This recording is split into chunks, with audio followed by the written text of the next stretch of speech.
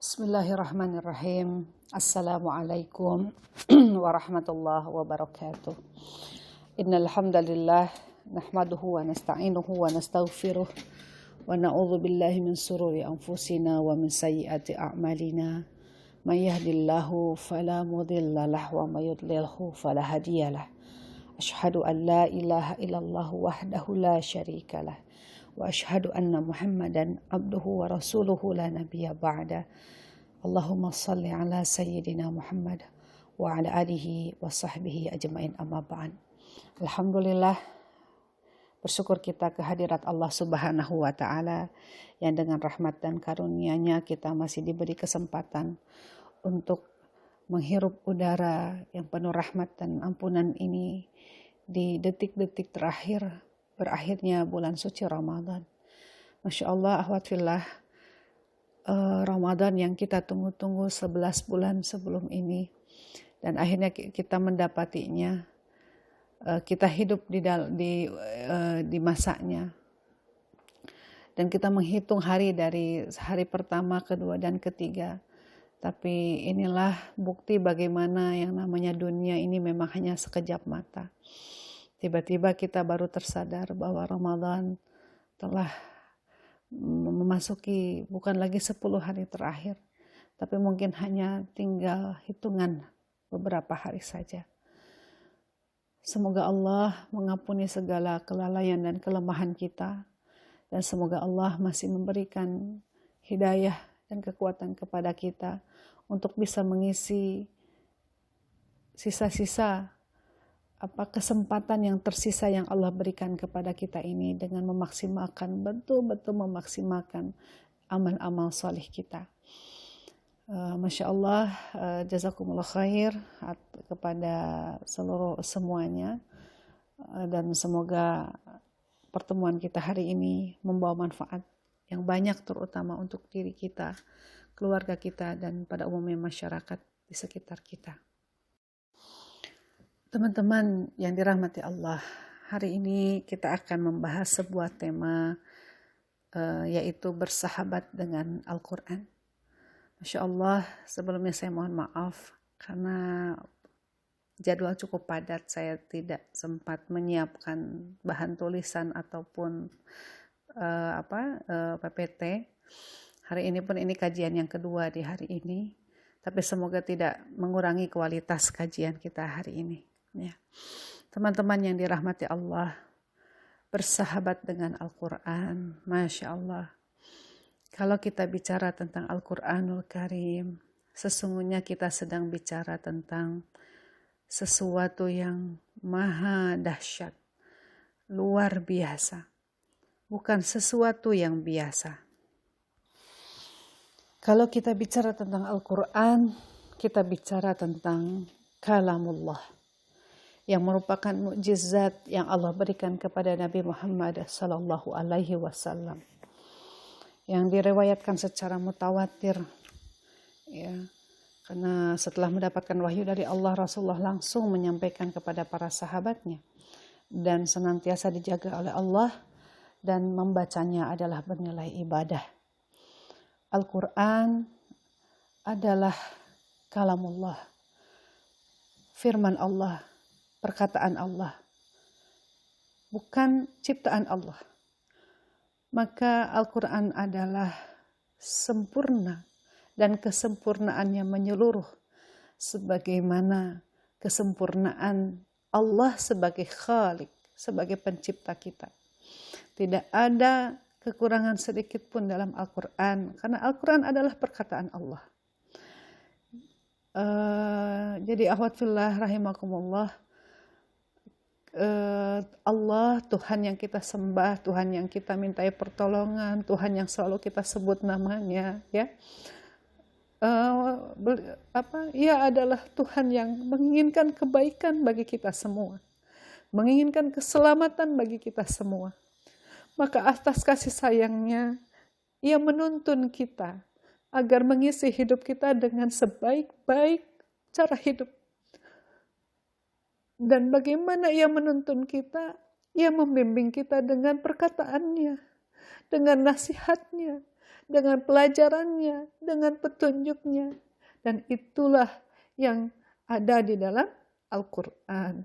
Jadi Masya Allah, alhamdulillah, kalau kita saja mendengar guru kita atau siapapun yang kita muliakan, mendengar perkataannya, kita ikuti, kita renungkan, ya, kita bersemangat mendengarnya, karena kita tahu itu bisa membawa manfaat bagi kita. Apalagi kalau kita mendapatkan perkataan dari Allah Azza wa Jalla, Tuhan yang menciptakan kita, Tuhan yang mengetahui hidup kita, menggenggam hidup kita. Masya Allah, Masya Allah, Masya Allah, alhamdulillah, rahimakumullah. Jadi Al-Quran menjadi salah satu jalan tercepat kita untuk mendekatkan diri kepada Allah. Karena ketika kita membacanya, kita sedang mendengarkan perkataan Allah, pencipta kita, penguasa alam semesta, ya. Masya Allah. Kemudian kalau kita bicara tentang Al-Quranul Karim, awatifillah, Al-Quran selain kalamullah, ia pun adalah mukjizat. Apa itu mukjizat? Sesuatu yang luar biasa yang Allah berikan hanya kepada para rasulnya. Sesuatu yang luar biasa. Jadi kalau kita mendengar mukjizat Nabi Ibrahim alaihissalam misalnya, dan kita sangat terkagum dengannya, bagaimana dengan mukjizat yang Allah berikan, Nabi Ibrahim tidak merasa panas sedikit pun ketika dibakar oleh Raja Namrud. Begitupun mukjizat ketika bagaimana Allah mengganti Ismailnya, ya, yang akan disembelih diganti akhirnya oleh kambing, ya, sebagai hadiah dari Allah atas ketaatan Ibrahim alaihissalam. Kita sangat terkagum dengan mukjizat itu. Kemudian bagaimana kalau kita mendengar mukjizat yang Allah berikan kepada Nabi Sulaiman alaihissalam. Allah berikan segala kekuasaan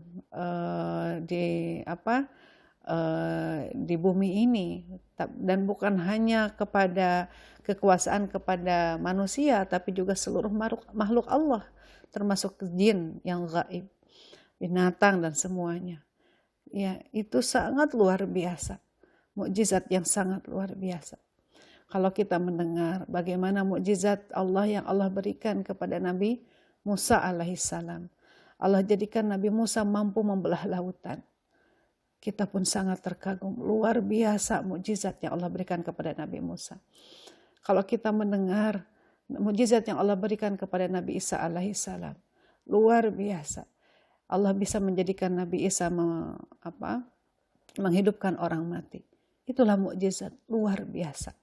Tidak semua manusia memiliki itu. Tidak semua manusia diberi itu.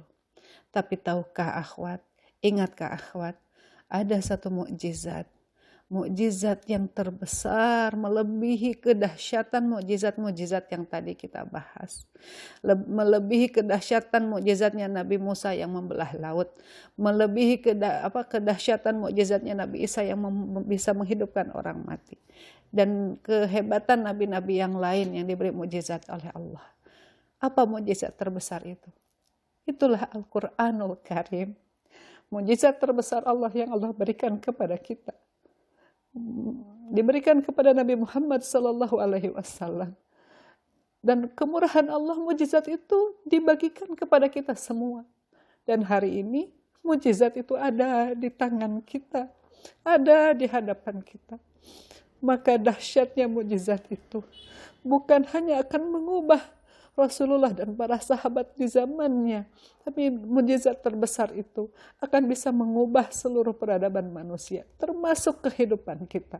Mukjizat itu Allah berikan agar kita bisa mengubah kehidupan kita, yang dari biasa menjadi luar biasa, yang sudah luar biasa menjadi lebih dahsyat lagi, ya. Dan itu yang harus kita yakini, betapa luar biasanya sebuah kitab yang ada di tangan kita hari ini. Kemudian jika kita bicara tentang Al-Quran, kita bicara tentang sebuah kitab yang diturunkan kepada Nabi yang kita cintai, Nabi Muhammad sallallahu alaihi wasallam. Masya Allah wa fillah. Dan Al-Quran ini disampaikan langsung oleh Rasulullah kepada para sahabat dan dijaga langsung oleh Allah. Makanya disebut kitab ini mutawatir. Satu-satunya kitab yang insya Allah terpelihara sampai nanti akhir zaman, yaitu Al-Quranul Karim.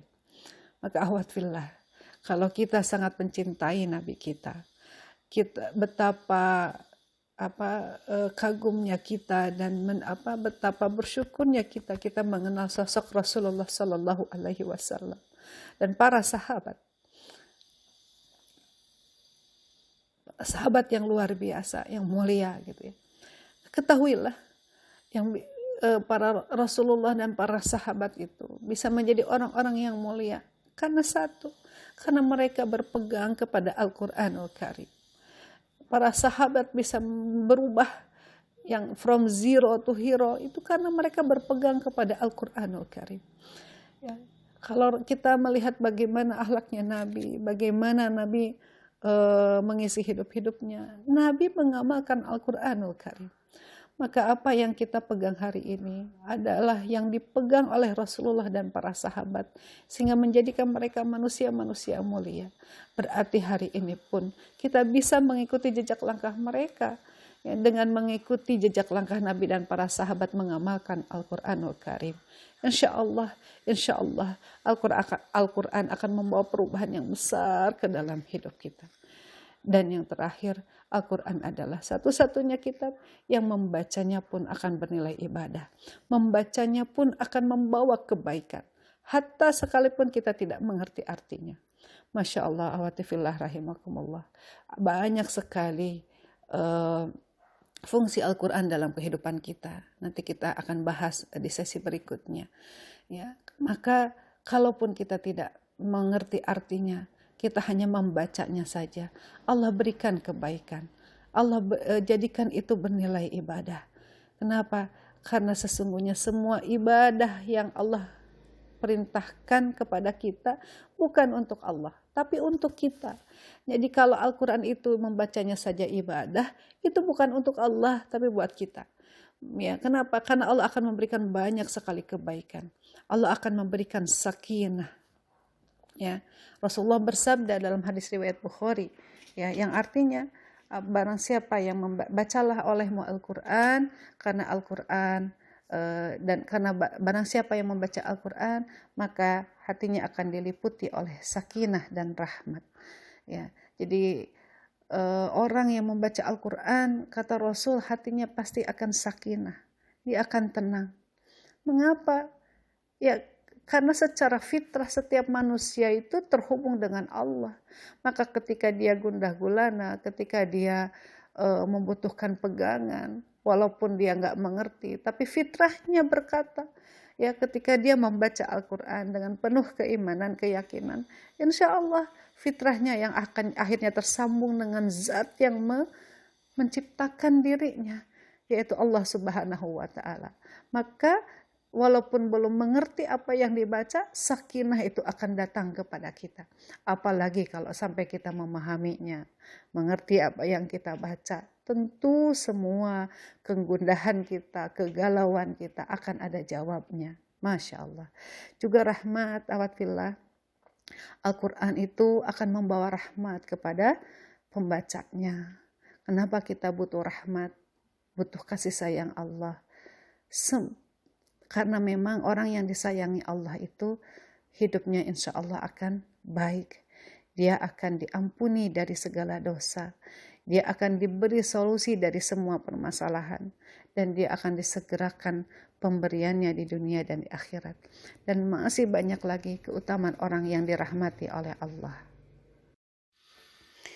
Maka awatifillah rahimakumullah, itulah Al-Quran. Sesuatu yang luar biasa, anugerah Allah kepada kita semua. Dan hari ini Al-Quran itu ada di hadapan kita, bahkan ada di genggaman kita.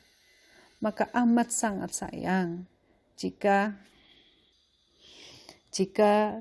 kita tidak bisa mengambil manfaat, tidak bisa menjadikannya sebagai sesuatu yang betul-betul bisa membawa kita kepada kehidupan yang terbaik di dunia dan di akhirat kita.